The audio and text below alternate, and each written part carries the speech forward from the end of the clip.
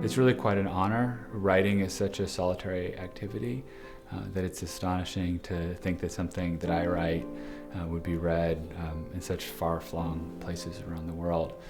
And this prize is especially meaningful because it's nominated by librarians, and to think that the book had been read both in the middle of America, but also in the birthplace of Kafka is really something else.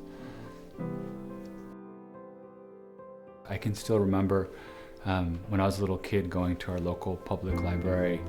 I can still remember the exact spot, the lower right-hand far corner of the library, where I would go to take the next 3 investigators' book to read. Sometimes so eager to read it that I'd be sitting on that floor in that little spot while my mother was looking for me, trying to get me to go.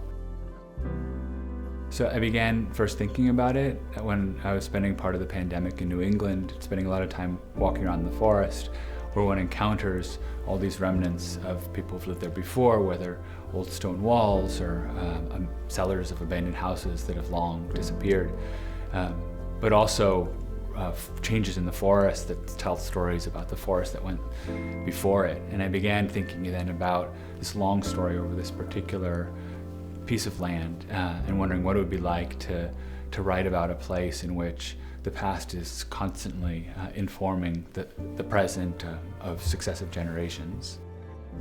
They crashed through thickets, hid in tree hollows and bear caves, rattling sticks before they slipped inside. They fled as if it were a child's game, as if they had made off with plunder. "My plunder," he whispered as he touched her lips. They laughed with the glee of it. They cannot be found. Solemn men marched past them with harquebuses cocked in their elbows, peered into the undergrowth, stuffed greasy pinches of tobacco into their pipes. The world had closed over them. Gone was England, gone the colony. They were nature's wards now, he told her. They had crossed into a realm. Lying beneath him in the leaves, in the low hollow of an oak, she arched her neck to watch the belted boots and leather scabbards swinging against the wormy ceiling of the world.